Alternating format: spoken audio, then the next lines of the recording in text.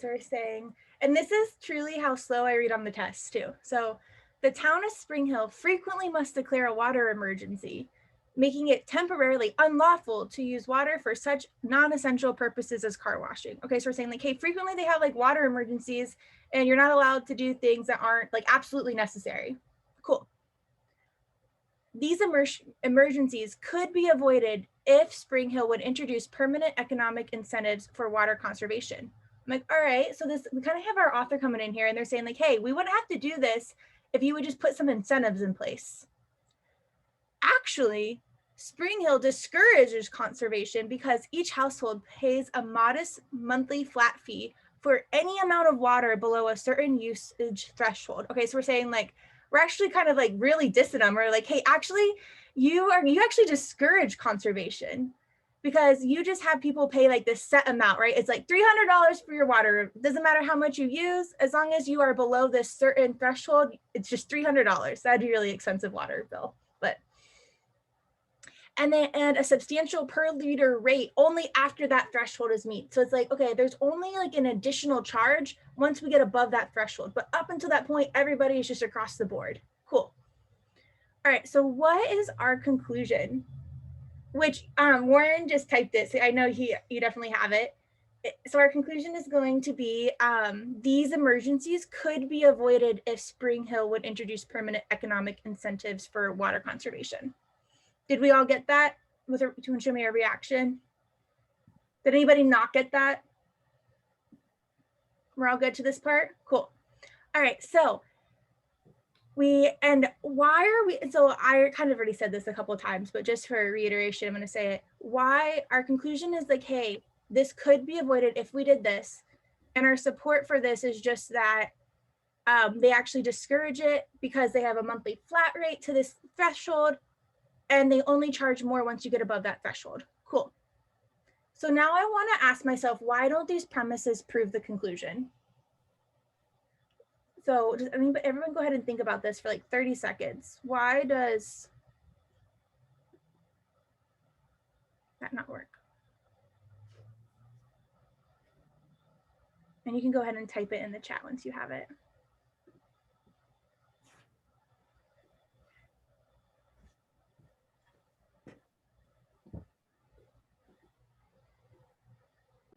All right, so for here, I'm gonna help us walk through this a little bit. So on this one, when it says, why don't the premises prove the conclusion? One thing that we can ask ourselves is, what are we failing to consider or what are we taking for granted? So our conclusion is like, hey, if we had permanent economic incentives, these emergencies could be avoided. Do you think that this is a valid argument? Krishna, do you know? I don't have any idea. No, you're fine. What do you think? What do you think, Warren? Do you think it's valid? I'm kind of in the same boat. I think we're making an assumption. We are. Okay. So in common sense world, this sounds like a good conclusion, right? Like, hey, this isn't going to happen unless, like in common sense world, it sounds like, yeah, these probably could be avoided if we had economic incentives. But how do we know that for sure the economic incentives will be enough? Like what if we are in such a drought that it doesn't matter? Like everybody's already using like the most bare minimum water and you could put all the economic incentives in the world there and we're still gonna have to have these emergencies. I don't know, like maybe, right? Yeah. All right, so now let's think. If I didn't mind spending the money, then the incentive won't do anything. Yeah, exactly. But our goal now is to predict an answer that's going to strengthen this conclusion. So we want to find something that's going to strengthen the idea that if we had permanent economic incentives, the emergencies could be avoided. So what could we say or we bring in that would do that? So I would like everybody to predict an answer and go ahead and type it in the chat. So we had some predictions here. And so let's go back to, what did we say was the problem here? What didn't we know?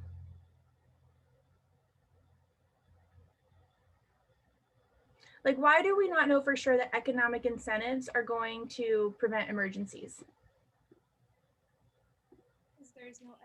Don't know if something else is What- needed in what- addition to the assignment. Yeah, that, or, and like what, but also we don't know how much water they're using, right?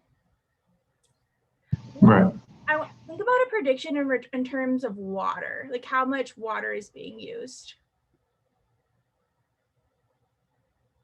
And with that, I'm just going to put that thought there, and I'm going to go on to the answer or the answers. Go ahead and read through these and pick an answer and put your answer in the chat once you're finished.